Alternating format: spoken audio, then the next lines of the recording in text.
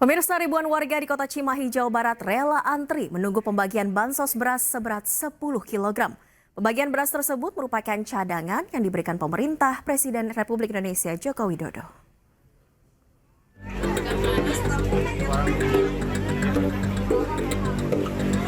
Ribuan warga di Kecamatan Cimahi Tengah, Kota Cimahi, Jawa Barat rela antre pembagian bansos pemerintah tahap 8.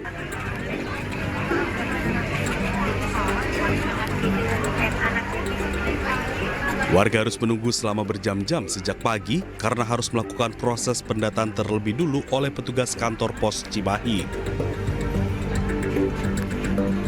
Proses pendataan ribuan warga yang masuk dalam penerima bansos atau keluarga penerima manfaat KPM kali ini tidak menemui kendala. Sehingga setelah dilakukan pendataan, warga langsung mendapatkan beras bansos. Setiap warga KPM sendiri menerima sebanyak 1 karung yang berisikan 10 kg beras. Sudah 2 kali, semoga ya ada berkahnya buat saya, buat semua masyarakat. Ya, masyarakat luas. Pembagian bansos cadangan pemerintah ini didistribusikan untuk 32.000 PKH yang ada di kota Cimahi, terbagi dalam 3 kecamatan. Pendistribusian dilakukan selama sepekan ke depan. Pemirsa, ratusan guru di Bojonegoro, Jawa Timur menangis saat berunjuk rasa menuntut kesejahteraan mereka. Mereka berharap agar pemerintah bisa mengabulkan tuntutan para guru.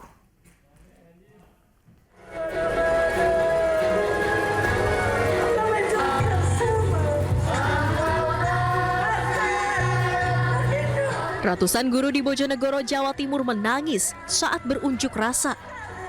Momen itu terjadi ketika mereka mendengarkan orasi dan lagu himne guru saat menggelar aksi di depan kantor pemerintah Kabupaten Bojonegoro pada Selasa siang.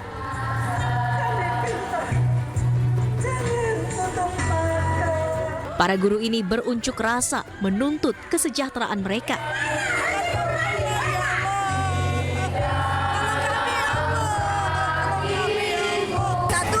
Keputusan pemerintah Kabupaten Bojonegoro dengan memperbolehkan keikutsertaan serta guru lulusan passing grade tahun 2023 mengikuti seleksi P3K tahun 2024 tanpa tes dan mendapatkan prioritas. Yang kedua, menghapus diskriminasi dan stigma yang tidak sehat membedakan guru swasta dan guru negeri di Pemkab Bojonegoro. Dan yang ketiga, kami ingin mengangkat profesi guru lulusan passing grade tahun 2023 menjadi pegawai pemerintah dengan perjanjian kerja sesuai dengan peraturan perundang-undangan yang berlaku itu. Setelah beberapa jam berorasi, peserta aksi akhirnya ditemui oleh penjabat Bupati Bojonegoro, Adrianto. Ia menyebut akan memperjuangkan apa yang disampaikan para guru. Saya janji, saya yang akan datang ke Kemenpan. Saya tidak hanya akan kirim surat. Dulu kita kirim surat, tapi ternyata harapannya tidak sesuai harapan. Jadi saya akan kirim surat ke Kemenpan. Saya akan secara pribadi ketemu dengan pejabat di Kemenpan menyampaikan aspirasi ibu-ibu semua. Gitu ya. Para guru berharap agar pemerintah bisa mengabulkan tuntutan para guru. Karena selama ini mereka mendapatkan upah mengajar jauh dari kata layak. Bahkan ada yang hanya ratusan ribu per bulan, meski sudah mengajar selama puluhan tahun. Dari Bojonegoro, Jawa Timur, Dedi Mahdi, iNews melaporkan. Dan pemirsa, Hakim Pengadilan Negeri Sampang Aji Prakoso menangis di depan jajaran Komisi 3 DPR RI saat menyampaikan kondisi perekonomian hakim saat ini. Momen ini terjadi di tengah rapat audiensi Komisi 3 DPR bersama Solidaritas Hakim Indonesia di Kompleks Parlemen Senayan, Jakarta pagi tadi.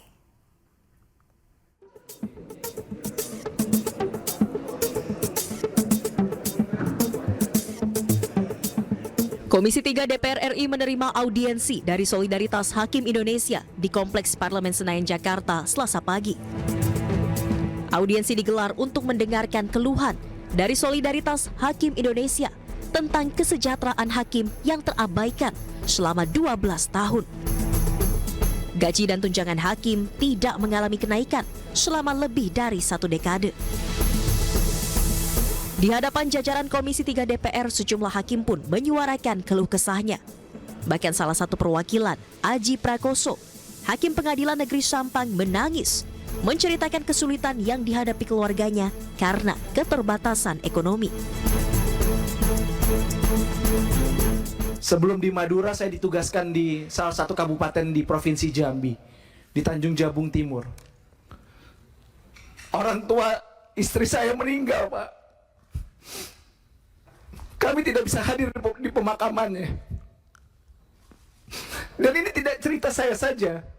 Ini cerita rekan-rekan saya yang lain juga seperti ini. Memang di dalam persidangan kami sering disampaikan, saudara yang mulia, pimpinan majelis hakim yang mulia. Tapi ada prinsipnya, kami juga seorang manusia biasa.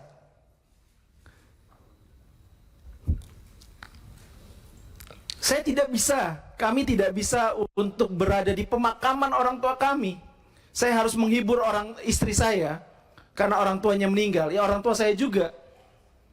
Dan menyampaikan permohonan maaf bahwa kita tidak bisa pulang ke Denpasar pada saat itu.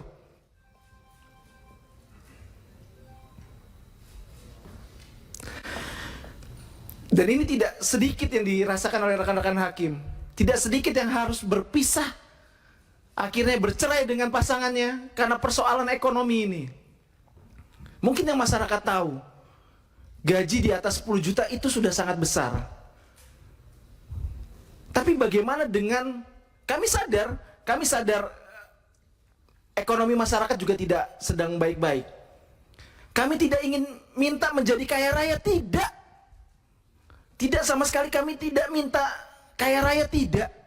Bahkan dari naskah kebijakan yang kami ajukan, draft perubahan peraturan pemerintah nomor 94 tahun 2012, kami hanya meminta besaran kenaikan 142%.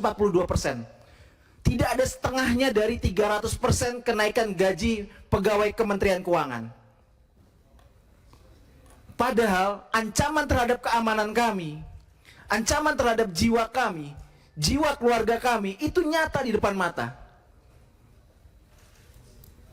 Saya pernah menangani perkara pembunuhan, bolak-balik rumah diintai, posisi saya harus nginap di kantor karena harus mendraft putusan. Istri dengan 3 orang anak kecil, tidak punya ART karena keterbatasan ekonomi, menyampaikan, ya, rumah bolak-balik didatangi orang malam-malam, pintunya juga digedor. Ini kondisi nyata. Sebanyak 148 perwakilan hakim dari seluruh wilayah di Indonesia hadir dalam audiensi bersama Komisi 3 DPR RI. Kepada pemerintah, hakim menuntut kenaikan gaji sebanyak 142% setelah tidak adanya peningkatan maupun penyesuaian gaji dan tunjangan hakim selama 12 tahun. Dari Jakarta, Tim Liputan iNews melaporkan. Dan pemirsa, ada momen menarik saat audiensi antara Solidaritas Hakim Indonesia dengan Komisi 3 DPR yang tengah membahas kesejahteraan hakim. Wakil Ketua DPR Sufmi Dasko Ahmad menelpon langsung Presiden terpilih Prabowo Subianto. Prabowo pun menegaskan akan mensejahterakan para hakim dan menaikkan gaji mereka. Rencana saya ingin memperbaiki remunerasi penghasilan para hakim supaya menjadi sangat baik gitu. Itu pandangan saya dari dulu, dan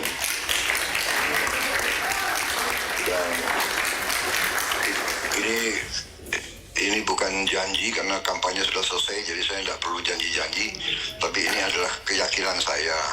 Jadi saya minta para hakim sabar sebentar, ya kan?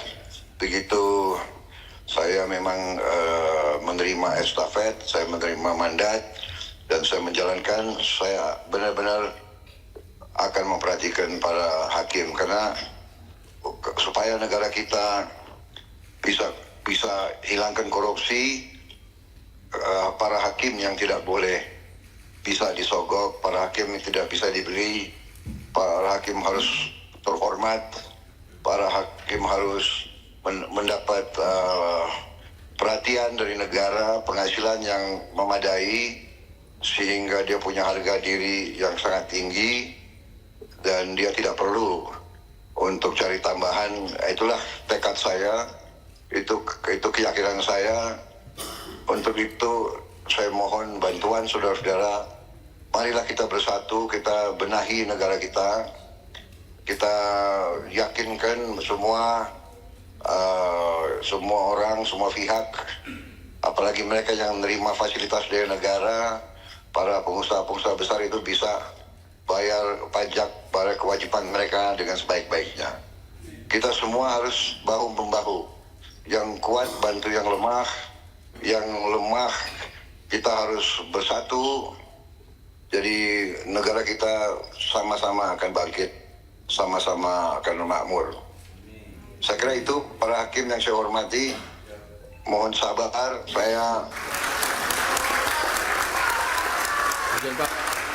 Terima kasih Pak. Saya lanjut mimpin Pak. Terima kasih. Rencana Prabowo menaikkan kesejahteraan para hakim setelah dilantik menjadi presiden disambut haru para hakim yang mengikuti audiensi di DPR. Salah satunya seorang hakim perempuan yang langsung takbir. Selain itu ada juga hakim yang menangis saat mendengarkan pernyataan Prabowo tersebut. Perwakilan hakim yang berada di sebelahnya kemudian merangkulnya. Sementara hakim lain yang mengikuti audiensi ini merasa lega setelah mendengarkan janji Prabowo tersebut.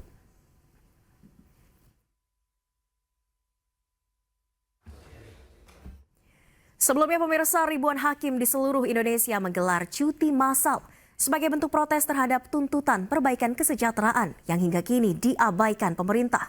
Cuti massal dimulai sejak tanggal 7 hingga 11 Oktober mendatang.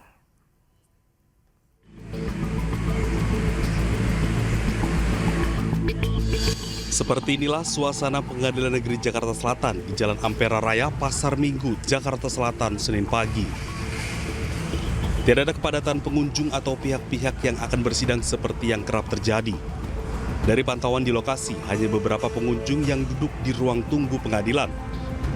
Mulai Senin 7 Oktober 2024 hingga 11 Oktober, Pengadilan Negeri Jakarta Selatan dan seluruh pengadilan di Indonesia tidak melayani persidangan, kecuali untuk perkara pra-peradilan dan perkara yang masa hukumannya segera berakhir. Langkah ini dilakukan para hakim sebagai bentuk protes terhadap pemerintah yang tak kunjung menaikkan gaji pokok dan tunjangan mereka selama 12 tahun terakhir.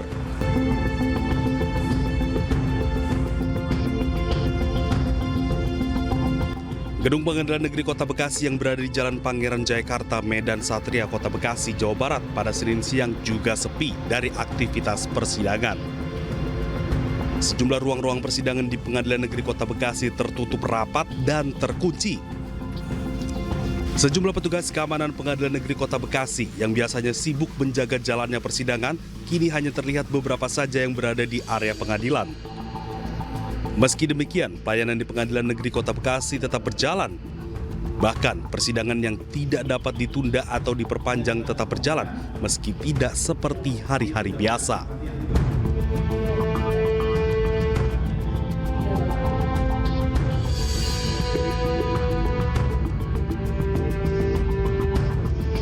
Di tengah aksi para hakim di Indonesia mogok kerja, Pengadilan Negeri Jakarta Pusat tetap menggelar sidang yang telah dijadwalkan. PN Jakarta Pusat tetap menggelar sidang karena banyaknya sidang-sidang khusus seperti kasus tindak pidana korupsi dan PKPU. Walaupun sidang tetap berjalan, PN Jakarta Pusat menyatakan dukungan penuh terhadap aksi yang dijalankan oleh Solidaritas Hakim Indonesia untuk menuntut kenaikan gaji pokok dan tunjangan.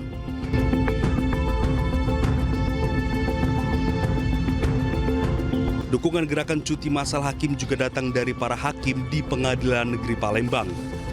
Dukungan ditunjukkan melalui aksi solidaritas dengan membentangkan spanduk dan pemasangan pita merah putih di bagian lengan kiri hakim PN Palembang. Meski mendukung gerakan, para hakim di Pengadilan Negeri Palembang tidak ada yang mengambil cuti untuk menjaga jalannya pelayanan publik. Pengadilan Negeri Palembang juga tetap menggelar sidang lantaran banyaknya perkara yang harus disidangkan. Tim Liputan iNews melaporkan. Ya, selama 12 tahun pemirsa, gaji dan tunjangan hakim di Indonesia tidak mengalami kenaikan. Hal ini menjadi pemicu aksi cuti massal sejak tanggal 7 hingga 11 Oktober oleh Solidaritas Hakim di Indonesia yang mayoritas merupakan hakim golongan 3B dengan gaji minimal 2 juta rupiah. Dan berikut rincian gaji dan tunjangan hakim golongan 3 dan kisarannya jika dinaikkan 142% berdasarkan tuntutan yang disuarakan.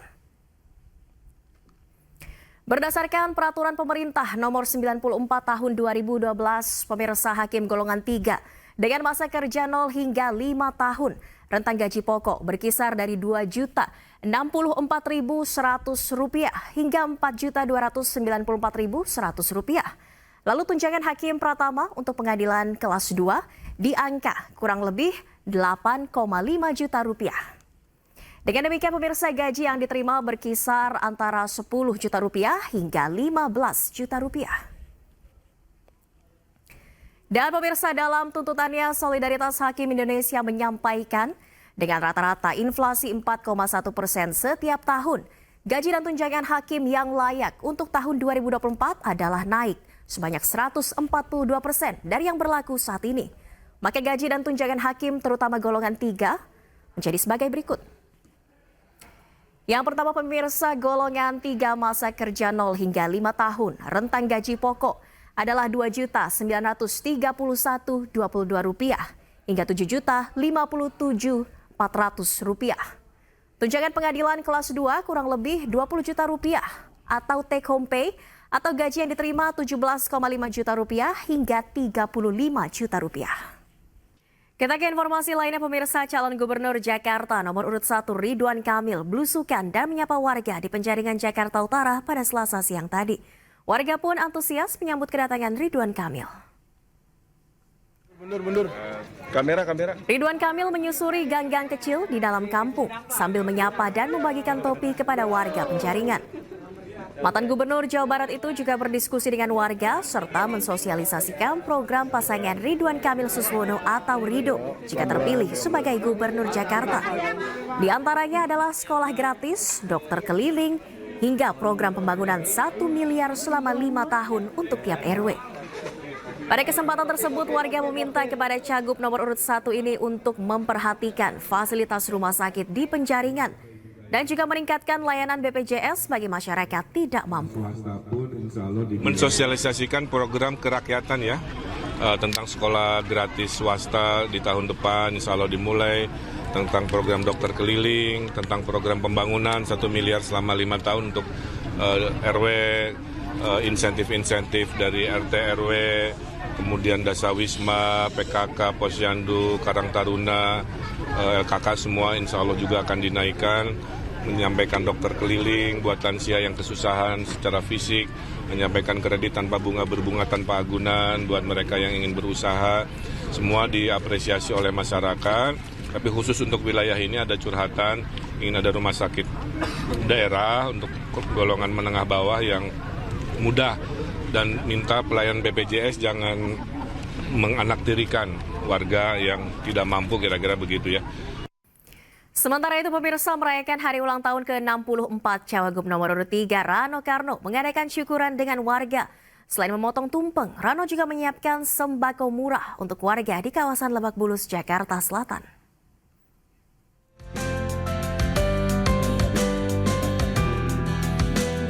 Calon Wakil Gubernur nomor urut 3 Rano Karno atau sering disapa Bang Dul merayakan hari ulang tahunnya ke-64 bersama warga Lebak Bulus, Jakarta Selatan. Acara ini merupakan ide dari sang istri dan anak Rano yang juga mengundang warga setempat untuk berkumpul dan makan bersama. Selain makan bersama, Rano juga memberikan beberapa fasilitas seperti cek kesehatan gratis dan tebus sembako murah dengan harga Rp5.000. Hari ini memang 8 Oktober saya berketepatan usia sudah 64 tahun. Ya disamakanlah dengan kegiatan yang memang harus kita lakukan, yaitu masa kampanye ini. Kita mengundang masyarakat, kita bikin beberapa kegiatan yang mudah-mudahan bermanfaat. Intinya cuma itu sebetulnya. Harapannya apa Bang di ulang tahunnya? Ya kita di sini kan berdoa pasti saya berdoa, Mbak Dewi berdoa, semua anak-anak juga berdoa, mudah-mudahan ya usia panjang ini atau usia di panjang ini mudah-mudahan bermanfaat. Itu aja sebut intinya. Dan fasilitas yang diberikan pada acara ini ada apa aja sih? Dapat hari ini dapat beras, dapat minyak, dapat agar. Itu tadi pada makan-makan di situ, sama ada program kesehatan cek darah. Acara ini digelar dengan harapan dapat membantu warga sekitar dan mendengar aspirasi warga secara langsung. Dari Jakarta, Jessica Oki Mahendra, iNews melaporkan. Dari Jawa Timur, pemirsa, calon gubernur petahana Jawa Timur nomor urut 2 Hovifah Indar Parawansa mengaku siap menghadapi debat perdana Pilkada Jawa Timur pada 18 Oktober mendatang. Menurut Hovifah, hasil signifikan di Jawa Timur selama dirinya menjabat akan menjadi materi kuat pada debat perdana mendatang.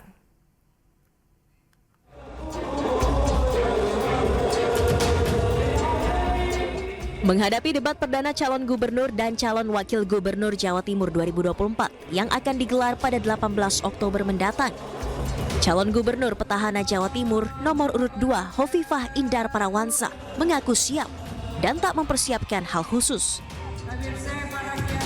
Pernyataan ini disampaikan Hovifah usai menghadiri acara Madiun Bersolawat bersama ribuan santri dan jemaah dalam rangka Haul Ponpes Darussalam Mekar Agung bersama Habib Syekh bin Abdul Qadir Assegaf di Desa Pucang Anom, Kecamatan Kebonsari, Kabupaten Madiun, Senin malam.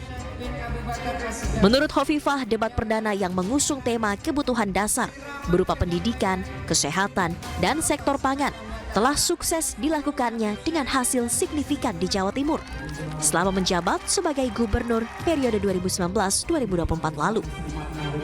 Insya Allah kita sudah melakukan cukup signifikan pendidikan yang dalam kewenangan Pemprov kan SMA, SMK, dan kita alhamdulillah 5 tahun berturut-turut. Saya sebut 5 tahun karena sampai dengan Maret 2024 siswa SMA Jawa Timur, Alia Jawa Timur yang diterima perguruan tinggi negeri dengan dan tanpa tes tertinggi 5 tahun berturut-turut.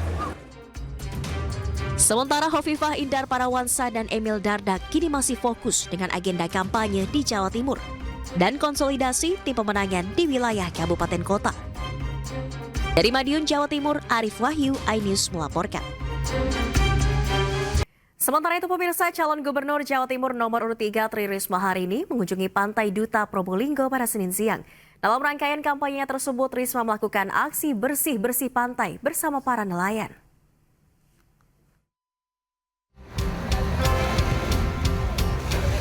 Calon Gubernur Jawa Timur nomor urut 3, Tri Risma hari ini menggelar kampanye bersih-bersih di bibir Pantai Duta, Kecamatan Paiton, Kabupaten Probolinggo, Senin siang. Bersih-bersih pantai dilakukan bersama-sama masyarakat, nelayan, dan juga calon bupati dan wali kota Probolinggo dari Partai PDIP, Zulmi Nur Hasani dan Sri Setio Pratiwi. Bersih-bersih pantai ini digelar sekaligus untuk mendengar keluhan maupun aspirasi masyarakat secara langsung, khususnya para nelayan. Selain menyejahterakan masyarakat dari segala lini, Tri Risma hari ini juga memiliki program untuk menyejahterakan nelayan. Untuk para nelayan memang sekarang mau nggak mau mereka harus pergi ke tengah. Jadi karena itu nggak bisa kalau dengan hanya perahu-perahu kecil itu. Nah karena itu insya Allah nanti perbaikan para nelayan di Jawa Timur juga akan menjadikan prioritas bagi saya karena sebetulnya potensinya cukup luar biasa. Risma berjanji akan menyejahterakan nelayan dengan cara konkret. Salah satunya adalah memberi bantuan kapal nelayan yang lebih besar. Dengan kapal yang lebih besar, nelayan bisa menangkap ikan lebih jauh dan berpotensi akan mendapatkan penghasilan lebih besar pula. Dari Probolinggo, Hana Perwadi, iNews melaporkan. Kita ke informasi selanjutnya, pemirsa. Komisi Pemberantasan Korupsi melakukan operasi tangkap tangan di Kalimantan Selatan. KPK menetapkan Gubernur Kalimantan Selatan sebagai tersangka dan telah menahan 6 orang tersangka lainnya. KPK mengamankan uang tunai sebesar 10 miliar rupiah berkaitan dengan pengadaan barang dan jasa di Pemprov Kalimantan Selatan. Komisi Pemberantasan Korupsi menetapkan Gubernur Kalimantan Selatan Sahbiri Nur sebagai tersangka kasus dugaan suap dan gratifikasi berkaitan dengan pengadaan barang dan jasa. Namun Sahbirin belum berhasil ditangkap dan KPK masih melakukan pengejaran. KPK telah menahan 6 orang tersangka termasuk pihak swasta karena terbukti melakukan dan menerima suap. Mereka ditahan selama 20 hari ke depan. Dan karenanya kemudian disepakati atas peristiwa tersebut telah ditemukan bukti permulaan yang cukup terkait dugaan tindak pidana korupsi berupa penerimaan hadiah atau janji oleh penyelenggara negara atau yang mewakilinya di Provinsi Kalimantan Selatan tahun 2024-2025 dan sepakat bahwa perkara ini untuk dinaikkan ke tahap penyidikan terhadap pertama, saudara SHB, 2 saudara SOL, 3 saudara YUL, 4 saudara AMD, 5 saudara FEB. Pemirsa, Sekjen PDI Perjuangan Hasto Kristianto menyatakan Ketua Umum PDIP Megawati Soekarno Putri tidak menutup diri untuk bertemu dengan Presiden terpilih Prabowo Subianto. Hal ini disampaikan saat menemani Megawati berziarah ke makam Bung Karno.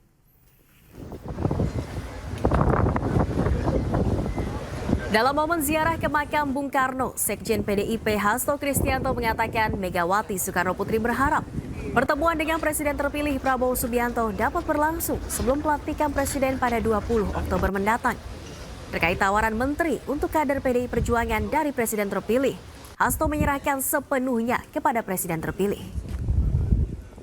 Bagian dari silaturahim bangsa, pemimpin bangsa, dan komunikasi secara intens sudah dilakukan. Tinggal menunggu momentum yang tepat. Tentu saja momentum yang tepat itu diharapkan sebelum pelantikan Bapak Prabowo sebagai Presiden Republik Indonesia yang akan datang.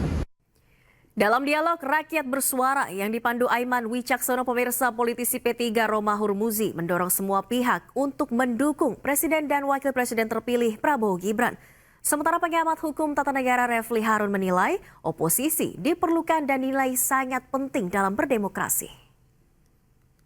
Kita harus menghormati presiden kenegaraan kita yang sudah berlangsung beberapa saat setelah reformasi ini, bahwa beberapa periode transisi ke arah presiden baru selalu berjalan mulus, setidaknya secara konstitusional. Dan itulah yang kita harapkan akan kita jalankan juga pada tanggal 20 Oktober nanti. Yang kedua, bahwa kemudian gagasan-gagasan presiden baru ini akan menjadi nyata pada saat beliau menjabat, itu pun juga harus kita dukung. Kenapa? Karena kalau belum bekerja saja kita sudah pesimis, bagaimana kita bisa memberikan kesempatan kepada presiden untuk bekerja? Oke. Dan ini saya kira fair, karena presiden baru adalah harapan baru. Dan jadi nggak ada yang salah dengan itu ya? Tidak ada yang salah dengan itu. Kalau Bung Refli tadi bilang, ya yang dulu-dulu juga awalnya senang-senang semua, optimis semua, tapi akhirnya kecewa. Kalau Pak Prabowo beda atau gimana nih? Sama saja sebenarnya soal mekanisme rotasi kita suka dan tidak suka. Karena itu selera. Dan selera itu kan betul-betul tidak abadi. Dia kan akan berkembang dengan berkembangnya waktu. Kita tahu persis di dalam Islam misalnya, kekuasaan itu kan dipergilirkan. Watilkal ayyamu nudawiluha bainan nas. Jadi kekuasaan itu dipergilirkan. Hari ini Pak Jokowi akan berakhir dan Pak Prabowo akan datang. Mari kita sambut ini dengan optimisme. Kenapa? Karena pekerjaan rumah kita untuk ke depan membuat bangsa ini naik di antara bangsa-bangsa dengan segudang persoalan yang tadi sudah disampaikan berkali-kali oleh Pak Said Didu, itu begitu besar. Jadi kalau energi kita 10 tahun kemarin itu habis dengan konflik horizontal antara buzzer dengan para influencer, dengan antara buzzer dengan para public figure begitu ya. Mari itu kita sudahi dan kita sampaikan itu kepada Pak Prabowo. Sepemahaman saya, karena 2014 lalu saya juga menjadi salah satu wakil ketua tim kampanye nasional Prabowo. Pak Prabowo itu orang yang apa adanya, bukan orang yang suka dengan aneka citra. Jadi kalau suka dengan saya, pilihlah. Kalau tidak suka, ya sudah. Secara batin tentu berbeda ketika kita bicara soal individu. Silakan. Pak Prabowo itu kalau kita lihat, memaafkan Pak Jokowi saja bisa, bahkan bergabung. Ya setelah betapa serangan pada tahun 2019, karena saya juga berada di tim inti Pak Jokowi pada waktu itu, luar biasa kepada Pak Prabowo. Kita ingat pada waktu debat. Sorry Bung Romi, ya. Pak Prabowo memaafkan Jokowi atau Jokowi yang memaafkan Pak Prabowo? Mana sebetulnya yang terjadi? Saya kira yang ada saling memaafkan. Karena kalau Pak Jokowi tidak memaafkan, dia tidak akan menggandeng Pak Prabowo. Sebaliknya kalau Pak Prabowo tidak memaafkan, dia tidak akan mau bergabung.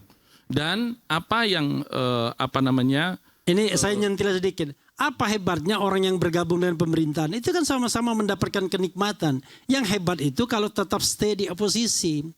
Jadi kalau misalnya Anda nih ya, mau stay di oposisi, itu baru saya hargai. Kalau cuma melipir pemerintahan tuh semua orang mau suka. Ya kan? Nggak ada orang yang tidak suka dengan kekuasaan. Tetapi masalahnya adalah kita secara sadar harus ada yang mampu dan mau berani berada di luar kekuasaan. Sementara itu pemirsa, Presiden Joko Widodo mengaku senang karena proses transisi ke pemerintahan yang akan dipimpin oleh Prabowo Subianto berjalan dengan lancar. Jokowi menceritakan Prabowo kerap aktif mengikuti sejumlah rapat sejak ditetapkan KPU RI sebagai presiden terpilih. 11 hari lagi transisi kepemimpinan nasional akan terjadi. Tanggal 20 Oktober yang akan datang, Bapak Jenderal TNI Purnawirawan Prabowo Subianto akan dilantik sebagai Presiden Republik Indonesia. Yang saya senang, sejak beliau terpilih sebagai Presiden terpilih,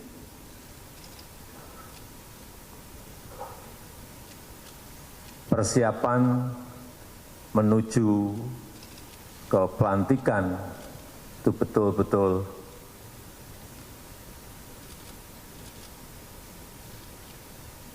secara rencana kerja, program, dan lain-lain, transisinya berjalan dengan baik. Hampir di setiap rapat paripurna, rapat terbatas apapun topiknya, Pak Prabowo selalu hadir. Kalau sebelumnya hanya untuk urusan pertahanan, tapi setelah menjadi presiden terpilih. Terima kasih Anda masih di iNews Prime. Pemirsa, polisi menggerebek tempat judi online di sebuah apartemen di kawasan Jakarta Utara. Dari penggerebekan, polisi mengamankan seorang pelaku dan sejumlah alat untuk mengendalikan permainan judi online.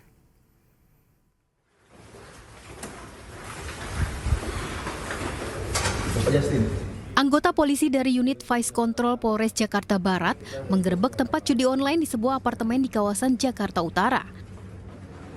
Petugas berhasil masuk ke dalam kamar apartemen dan langsung menginterogasi seorang pelaku. Pelaku diduga sebagai pengendali permainan judi online. Polisi juga mendapati salah satu kamar yang tengah dioperasikan untuk judi online. Usai ditemukan bukti kuat, polisi kemudian memborgol kedua tangan pelaku dan melakukan penggeledahan di sejumlah ruangan lain. Dari kamar apartemen ini, petugas mengamankan sejumlah barang bukti berupa alat-alat elektronik yang digunakan untuk mengendalikan judi online. Untuk kepentingan pemeriksaan dan penyelidikan, pelaku bersama barang bukti dibawa ke Polres Jakarta Barat. Dari Jakarta, Miftahul Gani, iNews melaporkan. Kita ke informasi selanjutnya, pemirsa. 20 WNI repatriasi dari Lebanon kembali tiba di tanah air melalui Bandara Internasional Soekarno-Hatta, Tangerang, Banten.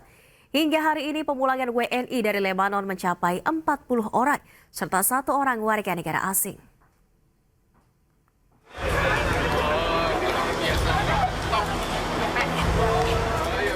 Kementerian Luar Negeri kembali memfasilitasi kepulangan repatriasi warga negara Indonesia dari Lebanon ke Indonesia pasca serangan Israel ke negara Lebanon.